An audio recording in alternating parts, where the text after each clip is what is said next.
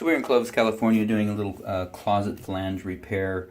We pulled this apart and unfortunately the water had been leaking down into the subfloor area and causing damage to the subfloor. So that looks like it's either it looks like plywood. And I mean, the problem with that is once you get water on it, you know, this here you can just take and the knife goes straight into the wood and moisture comes out. So it's pretty saturated. We gave the homeowner the option of opening up underneath and doing some repairs and replumbing, but it's just very expensive. So we opted to go a different route. What we've got is some toggle bolts. All we used in this little package are the little wings. That's all, because the rest is zinc. So underneath is the wing. And then we went out and bought some of these long stainless steel 4-inch bolts, and then of course stainless steel washers. And so we're going to put these in. Actually, we have them in already, and we had showed the homeowner previously that this flange, you could take this knife right here and pry it up. Well, you can see right now this flange is no longer lifting up. You can pry. It's not going anywhere. So the flange is secure now to the wood. We got 6 bolts back in, all in the original holes. We had to drill these out full 1/2 inch to get the toggle portion through, but all stainless steel bolts, so the bolts will hold. We'll get wax ring back on there, get this toilet set back the way that it was, and then take another video when we're done. But we're happy with this. I don't think you're gonna have any trouble with this, any movement in this once we get done. Flange is in good shape, so like I say, we'll get this toilet installed and we'll take another video. So we're in Clovis, California, and we just finished installing this American Standard toilet. It is the Cadet 3. And the first portion of this video, we showed you the disrepair that the closet flange was in. Not only was the subfloor saturated with water, but also this flooring material, especially at the back of the toilet, is saturated and indented. You know, so instead of being flat, the very back of the toilet, it's kind of hard to show you, but it's indented. So it's pressed in, and so there's a lot of sponge in the floor. One thing I don't like about these floating floors in the bathroom is you've got 2 bolts, one there and one there. But the whole footprint of the toilet, which means the bottom of the bowl where you see all the caulking all the way around, when you tighten those bolts, it's translating the downward pressure all across, all around the perimeter of this bowl, and it's trying to compress this entire floor because it's interlocking. So it's trying to compress the floor in the front, on the sides.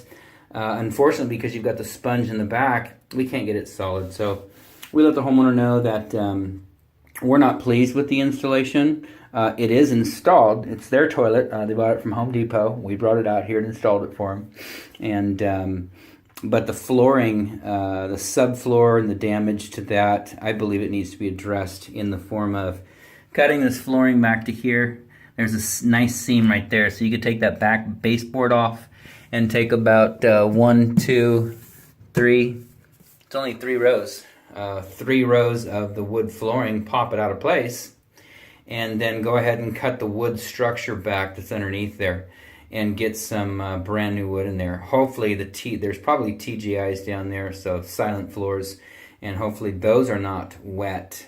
What you want is to get solid wood back in there, screwed, glued, blocked, and just as sturdy as possible. And then from underneath, I have to cut the sheetrock open and go ahead and cut the old closet arm out and the closet bend, you know, and put that new flooring in, cut a nice tight hole, put a brand new flange in, and screw that down with brass screws like you normally do upstairs.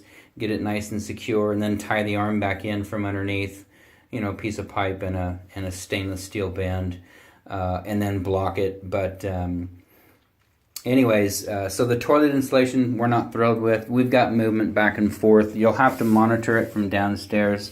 You know, if you get any leaking, then you're gonna have to pull the toilet. So we are not going to charge for any additional labor today. It just doesn't sit right with me. That we spent a lot of time on that ring trying to get it secure, and it's secure to the floor, but the floor is spongy, the floor is moving back and forth, and that translates to a toilet that moves back and forth. So, I mean, you can see it. Well, you can't see because I'm trying to move it and hold the camera at the same time, but the toilet moves. And just so you can see this, you watch that light. No, you can't. Hopefully I was going to try and get the light to move, but I can't because the camera's moving. There's movement in the toilet. You'll see it as soon as you go to sit down and check it out. So just be gentle with it. It's supported downward, so as far as using it, it's fine. Don't bump it around. Again, my recommendation is a subfloor replacement. And I'm talking about not a quick fix and not a cheap guy, handyman coming in here. I mean, structurally, the way this floor was designed to go in when they built it, that's the floor I'd like to see underneath this nice finished floor that they put in. And of course, shame on the flooring guys for not saying anything about that flange. They're notorious for that. They just leave stuff and put their floor in and go. Get with the plumber. It's only 3 rows. My goodness. 3 rows, leave it out. Let us come in and do the repair, get it all together, and then you can finish your floor. Nobody wants to do that. So, a little irritated about that, but no big deal. Anyways, I apologize that it's not done to what we like.